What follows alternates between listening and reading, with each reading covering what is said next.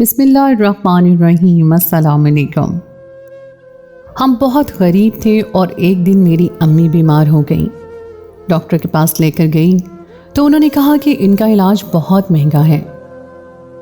फिर डॉक्टर के पास गई तो डॉक्टर ने कहा कि पैसे ले आएं, इलाज कर देंगे। फिर डॉक्टर ने अम्मा के इलाज के बदले मेरे साथ। मौसम बदल रहा था और गर्मियों से सर्दियों तक का सफ़र शुरू हो गया था। मैं भी सुबह से ही गर्म कपड़े निकाल कर उन्हें धूप दे रही थी। अम्मा काम पर जाते हुए मुझे कहकर गईं कि सर्दी का कुछ पता नहीं कि कब जोर पकड़ ले, इसलिए पहले सारी चारपाइयाँ और बिस्तरों को धूप दिखा दो। अम्मा के जाते ही मैं काम पर लग गई थी। अम्मा सवेरे उठते ही बंगलों पर काम करने के लिए निकल जाती और मैं सारा दिन घर के काम काज करती। हालात ने मुझे तालीम हासिल करने नहीं दी थी और मैं सिर्फ 4 जमातें ही पढ़ सकी थी। मैं बहुत छोटी सी थी जब मेरे बाबा शदीद बुखार में मुब्तला हुए और ज़्यादा दिन तक हमारे दरमियान न रह सके। अब्बा एक मामूली से रिक्शा ड्राइवर थे और हमारे पास इतने पैसे नहीं थे कि हम अब्बा को किसी अच्छे हॉस्पिटल ले जाते। सरकारी अस्पतालों में रश इतना होता कि हमारी बारी आने तक अब्बा ही खुदा को प्यारे हो गए। जिस दिन मैंने अपने बाप को सरकारी अस्पताल के कॉरिडोर में एड़ियाँ रगड़ते हुए मरते देखा था, मुझे डॉक्टरों के नाम से ही नफरत हो गई थी। कभी कभी मैं सोचती कि डॉक्टर कितने बेहिस होते हैं, इन्हें मरीज की तो कोई परवाह ही नहीं होती। मैं कितनी ही बीमार क्यों ना हो जाती, कभी डॉक्टर के पास ना जाती और अम्मा के घरेलू टोटकों से ही खुद को ठीक कर लेती। अब्बा के जाने के बाद जिंदगी का एक और चेहरा हमारे सामने आया जो बहुत ही तल्ख और तंग था। हमारे घर में खाने पीने के लाले पड़ गए और किसी रिश्तेदार ने पलट कर भी हमारी तरफ ना देखा। मैयत का खाना खाने तो सारा ख़ानदान जमा हुआ था, लेकिन उसके बाद हमारे मुंह में निवाला डालने कोई नहीं आया। शायद दुनिया का यही दस्तूर है। अम्मा ने मजबूरन हमारी आबादी से आगे की तरफ बनी सोसाइटी के बंगलों में काम काज शुरू कर दिया। वो सारा दिन 5 बंगलों में काम करती और रात गए लौट कर आती तो उसके हाथ में खाने की कुछ थैलियाँ भी होती। हम दोनों माँ बेटी वही खाना खाकर ज़िंदगी का गुजारा करने लगे और जो पैसे अम्मा के काम से मिलते उससे अम्मा किराया और बिल अदा करती। आज भी जब अम्मा लौट कर आई तो खाने की कुछ थैलियाँ उसके हाथ में थीं। मैं सारे गर्म कपड़ों को धूप दिखा चुकी थी और घर की सफाई सुथराई भी कर चुकी थी। साथ ही साथ मैंने कपड़ों की सिलाई का काम भी शुरू कर रखा था। हमारी आबादी के कुछ लोग मुझसे अपने सीधे सादे कपड़े सिलवाते और मेरे हाथ में 100 रुपये रख जाते, जिन्हें मैं अपने गले में जमा करती जाती। मैंने अम्मा के हाथ से खाने की थैलियाँ लीं और जल्दी से उन्हें गर्म किया और अम्मा के साथ ही चारपाई पे खाना खाने बैठ गई। हल्की हल्की ठंड का आगाज़ हो गया था। पहला लुकमा मुंह में डालते ही मुझे अजीब सा जायका महसूस हुआ। मैंने एक नज़र अम्मा के चेहरे पर डाली। यकीनन खाना ख़राब हो गया था। अम्मा को भी एहसास हो गया था कि खाना ख़राब है, लेकिन इसके सिवा और कोई चारा नहीं था। या तो हम दोनों माँ बेटी भूखे सो जाते या फिर इसी खाने पर इक्तफा करते। सारा दिन के काम काज के बाद हम दोनों ही भूख से बेहाल हो चुके थे, इसलिए दिल मार कर हमने कुछ लम्हे उसी ख़राब खाने के साथ खा लिए। अक्सर ही ऐसा होने लगा था कि अम्मा की बंगने वाली बाजियाँ खाना ख़राब होने तक का इंतज़ार करती और जब फ्रिज में रखे रखे खाने को कई दिन गुजर जाते तो फिर वो अम्मा को थैली में बांध कर ऐसे पकड़ा देती जैसे बहुत बड़ा एहसान कर रही हों। हम दोनों माँ बेटी अपनी अपनी चारपाइयों पर लेटे करवटें बदल रहे थे। हम दोनों ने ही ज़रूरत के तहत थोड़ा सा खाना खाया था। मैं सोच रही थी कि न जाने कब तक हम इसी तरह ज़िंदगी गुजारेंगे। दिल में अजीब सी उदासी बैठ गई थी।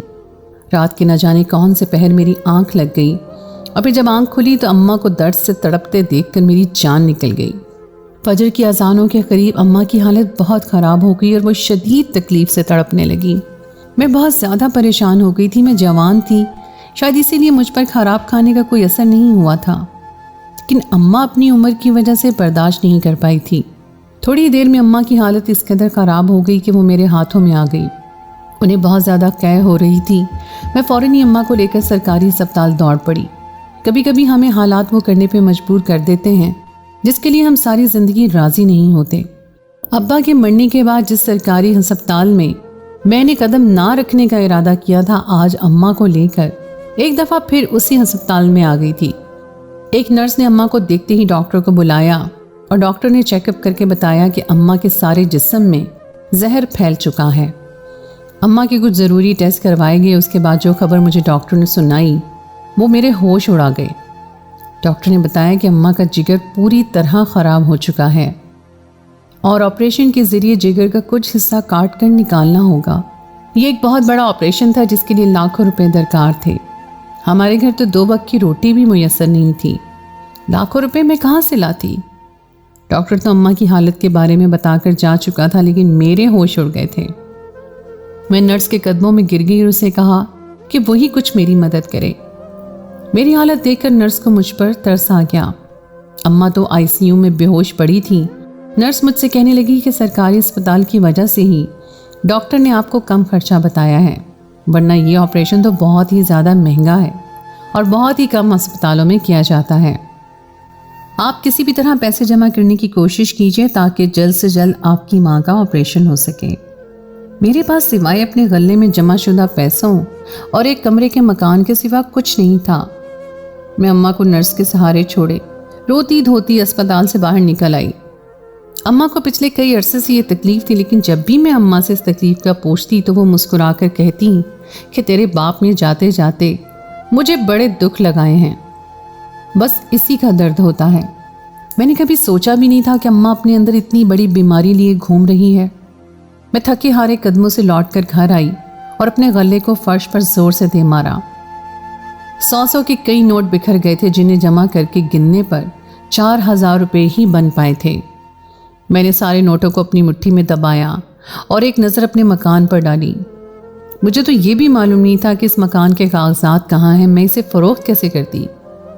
मुझे याद आया कि अम्मा की अलमारी में सोने के कुछ जेवरात रखे हुए हैं जो इतनी मुश्किल हालात के बावजूद भी अम्मा ने न जाने कैसे जोड़ तोड़ कर बना लिए थे। मैंने एक पोटली में सारा जेवर बांधा। मैं उन्हें बेचने का इरादा रखती थी और अब मेरे पास यही एक आखिरी सहारा था जिसे मुझे आजमा कर देखना था। मैं बारी बारी इन तमाम बंगलों पर गई जहां अम्मा काम करती थी। अम्मा अक्सर बंगले वाली बाजियों का जिक्र करती। मैंने सोचा कि शायद अम्मा के नाम पर कोई हमारी मदद कर देगा, लेकिन वहां जाकर मुझे एहसास हुआ कि बड़े बड़े बंगलों में रहने वाली इन बाजियों के दिल बहुत ही छोटे होते हैं। सब ने चंद 100 रुपये मेरे हाथ पर रख दी और अपना फ़र्ज़ निभा लिया। कई घंटों की मेहनत के बावजूद भी मैं सिर्फ 15,000 रुपये ही जमा कर पाई। मैं बोझल दिल के साथ वापस अस्पताल आई और माँ के कदमों में बैठकर फूट फूट कर रोने लगी। अम्मा के सिवा मेरा इस भरी दुनिया में कोई सहारा नहीं था। अगर मेरी माँ को कुछ हो जाता तो मैं शायद जिंदा ना रह पाती। मेरी ऐसी हालत देखकर नर्स कहने लगी, बेटा बड़े डॉक्टर साहब के पास जाकर उनसे बात कर लो, हो सकता है कि वही तुम्हारी कुछ मदद कर दें। नर्स की बात मेरे दिल को लगी और मैं फौरन ही डॉक्टर के कमरे में पहुंच गई। मुझे देखते ही बड़े डॉक्टर ने पूछा कि क्या पैसों का इंतज़ाम हो गया है। मैंने उनके आगे दोनों हाथ जोड़ दिए और उन्हें बताया कि सारे दिन की मेहनत के बावजूद भी मैं सिर्फ 15,000 रुपये जमा कर पाई हूँ। डॉक्टर साहब मेरी तरफ देख के मुस्कुराया और कहने लगा, गुड़िया अगर ऐसी बात है फिर तो तुम्हारी माँ का इलाज मुमकिन ही नहीं।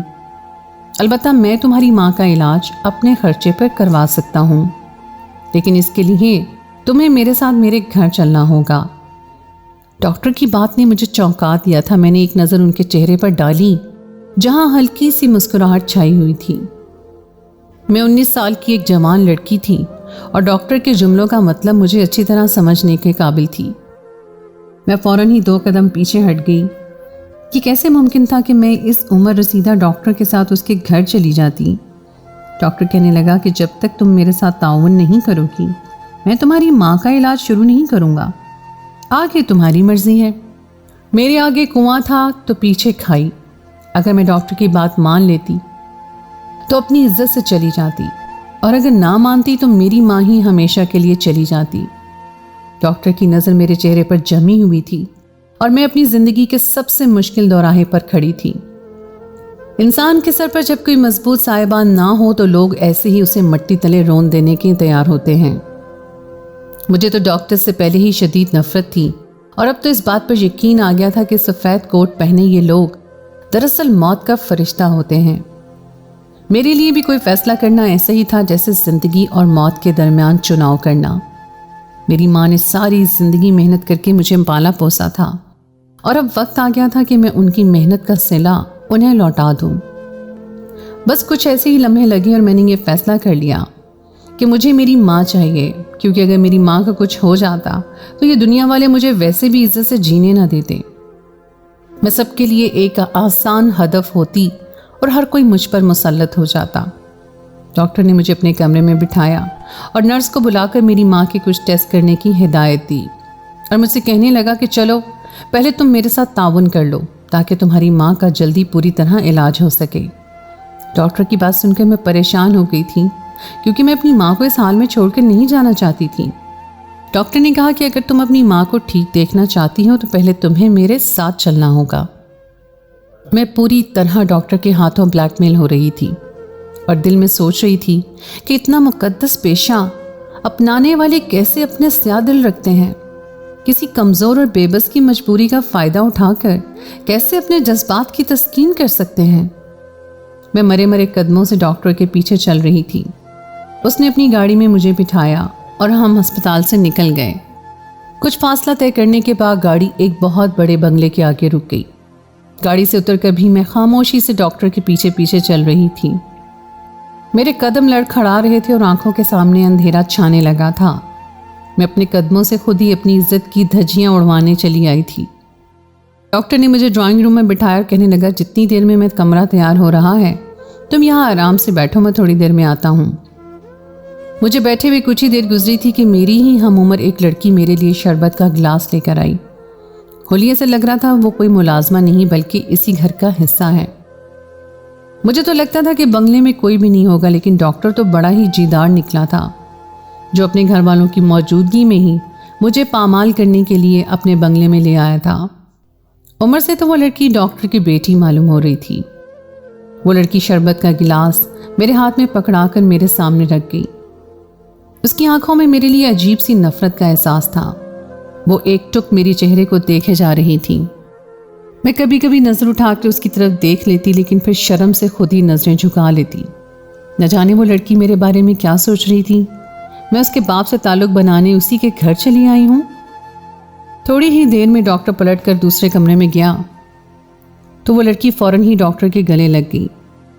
मेरा अंदाज़ा सही था, वो लड़की वाकई डॉक्टर की बेटी थी। डॉक्टर उससे बहुत ही मोहब्बत से बात कर रहा था और ये सोचकर मैं हैरान थी कि कैसे एक ही शख्स के दो रूप हैं।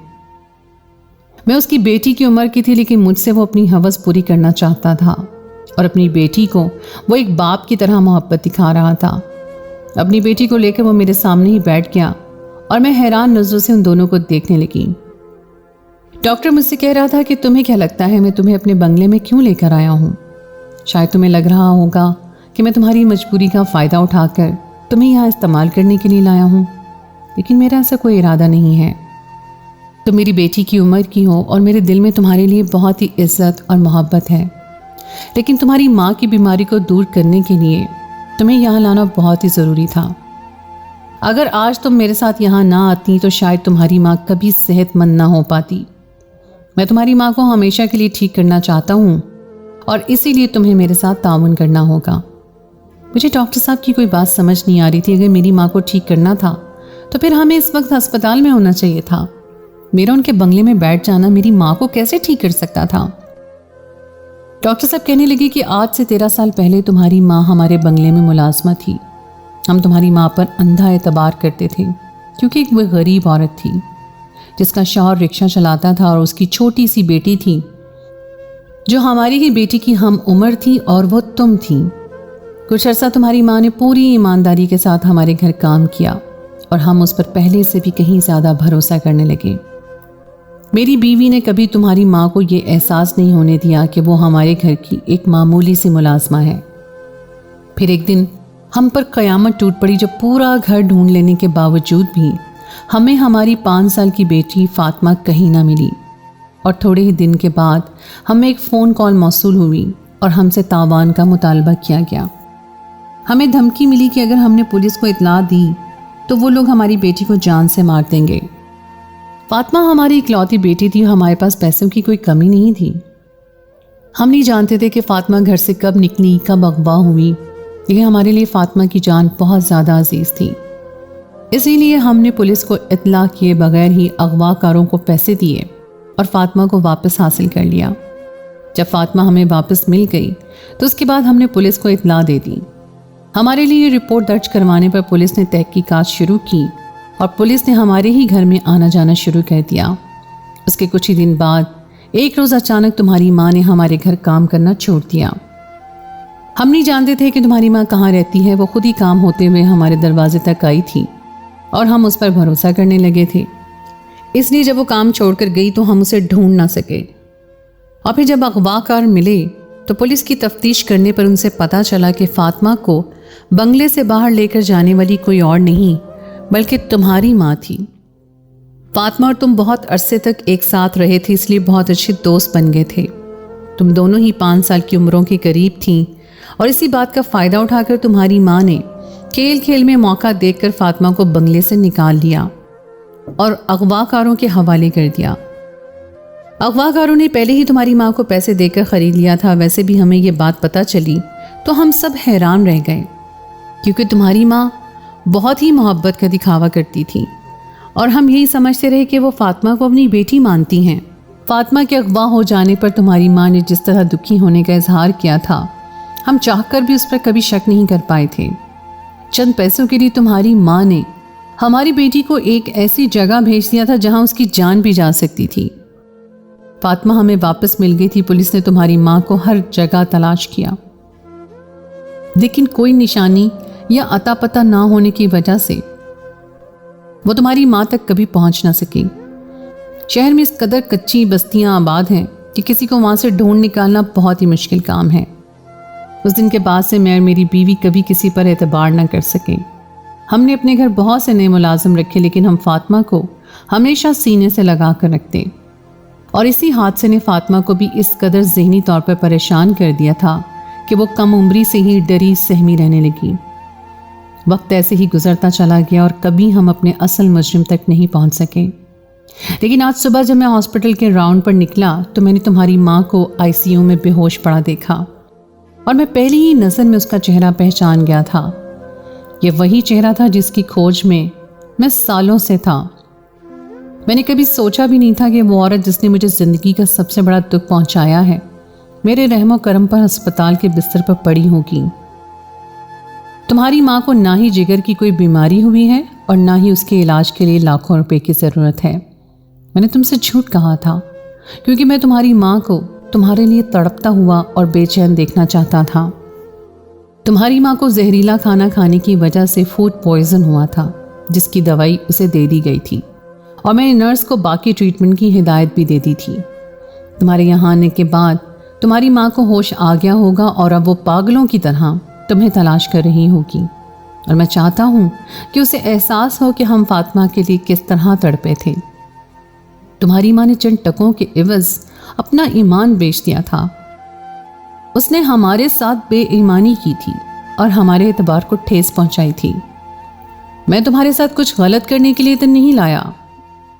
जब तुम बचपन में हमारे घर आती थी, मैं तब भी तुम्हें बेटी की नज़र से ही देखता था और आज भी तुम मेरे लिए फातिमा जैसी ही हो। लेकिन तुम्हारी माँ को अपने किए की सज़ा ज़रूर मिलनी चाहिए। मैं नहीं जानता कि यहाँ से जाने के बाद उसने और किसी के साथ भी ऐसा किया है या नहीं, लेकिन उसे सबक सिखाया जाए तो वो आगे ज़िंदगी में कोई ऐसा कदम नहीं उठाएगी। उसे पता होना चाहिए कि माँ बाप से जब उनकी औलाद को जुदा किया जाता है तो अजियत के वो लम्हे कैसे क़यामत बनकर गुजरते हैं। डॉक्टर साहब कह रहे थे कि उन्होंने मेरे लिए कमरा तैयार करवा दिया है और वो मुझे एक दिन अपना घर मेहमान बनकर रखना चाहते हैं। मुझे इस बात का बहुत अफसोस था कि मेरी माँ ने कुछ रुपए के बदले एक मासूम को इतनी बड़ी मुश्किल में डाला था। मैं जान गई थी मेरी माँ ने वो जेवर किस तरह बनाए थे। डॉक्टर साहब ने बगैर किसी रहम के मेरी माँ का इलाज कर दिया था, लेकिन मुझे यहाँ तक लाने के लिए उन्होंने झूठ का सहारा लिया था। मैंने डॉक्टर साहब से कहा कि मैं यहाँ रहने के लिए राज़ी हूँ। वो मुझे अपने साथ ताउन करने के लिए यहाँ लाए थे और मैं उनके साथ ताउन करने के लिए राज़ी हो गई थी। मैं दोपहर के वक्त डॉक्टर साहब के साथ उनके घर आई थी और रात तक डॉक्टर साहब ने मुझे मेहमान की तरह रखा था।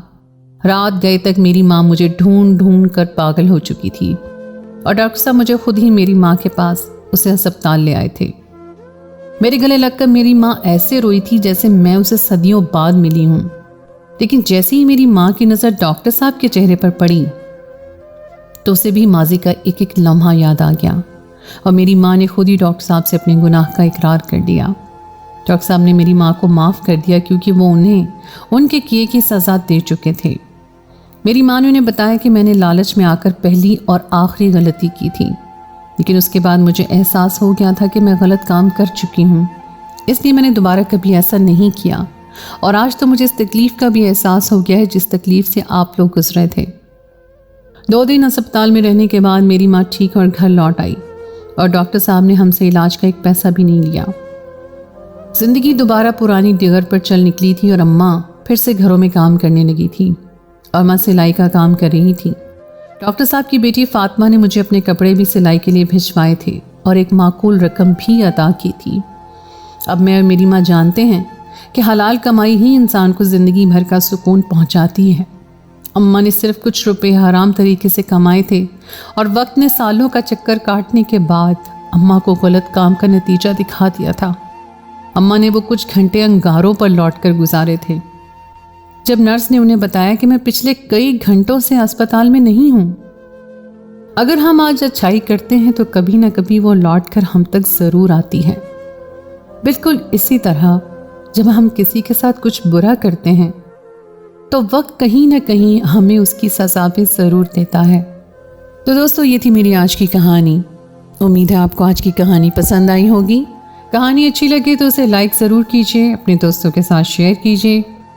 अगर आपने अभी तक मेरे चैनल को सब्सक्राइब नहीं किया तो उसको फ़ौरन कर लीजिए। साथ ही लगे बेल के बटन को प्रेस कर दें ताकि आपको मेरी आइंदा आने वाली कहानी का नोटिफिकेशन बर वक्त मिल सके। अगली कहानी तक के लिए मुझे दीजिए इजाज़त। खुदाए पैमान।